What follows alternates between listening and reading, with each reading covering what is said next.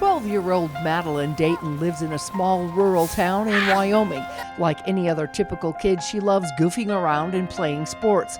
But Maddie's family came close to losing her at the end of October after she contracted a rare but serious disease called MIS-C.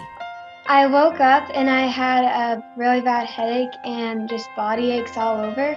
And then 2 to 3 days later, I couldn't walk and I wouldn't eat.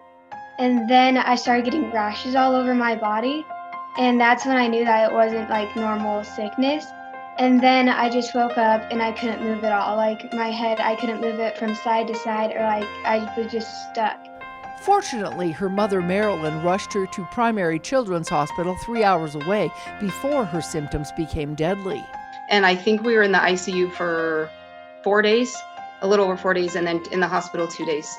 So once she started turning the corner, she turned the corner fast. But it was something to me that I knew she got dehydrated. And so I thought, if I go get her some IV fluids, they'll figure out what's wrong with her. We'll be home in a couple of days. I never had any idea what was about to happen and how serious and how fast this started threatening her life.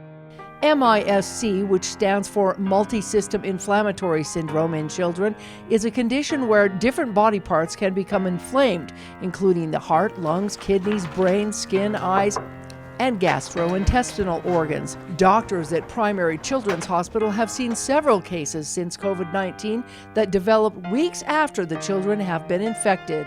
To date, as of last week, we had seen 17 cases so far of MIS-C in our hospital. And we anticipate that we're going to see more and more of these cases in the coming weeks.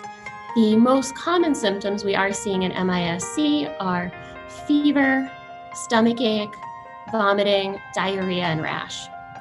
So MIS-C looks different from an acute COVID-19 infection. And in fact, it can look very similar to other infections, to autoimmune or autoinflammatory conditions, and even to appendicitis. One of the most commonly affected systems is the heart or the cardiovascular system. In our currently published reports, about 50% of kids with MIS-C have shock or very low blood pressure, and about 40 to 50% have had decreased function of the heart or squeeze of the heart. And so kids with MIS-C can actually be really sick and need medications in the intensive care unit to help augment the blood pressure or help with the squeeze of the heart itself. While Maddie and her mother don't know where she may have contracted MIS-C, Maddie did test positive for the COVID-19 antibody. MIS-C is a new diagnosis, mainly in older children. Maddie's life has changed dramatically since she got out of the hospital. I cannot do sports anymore, and that's really hard. I can't go to school. I'm doing online school right now, and yeah. We have kids with MIS-C with significant decreased squeeze of the heart or heart involvement, stop all competitive sports and strenuous activity for 3 to 6 months to allow time for the heart to heal and to assess for longer-term damage or scarring of the heart. While MIS-C is new, symptoms appear to be similar to those of Kawasaki disease, which is very rare. The good news is that it can be treated. Maddie is still being treated with steroids and aspirin to keep the inflammation down. Children and young adults with MIS-C do go home from the hospital on medications, and we follow them in rheumatology clinic to monitor the levels of inflammation as we take these immune-suppressing medications away.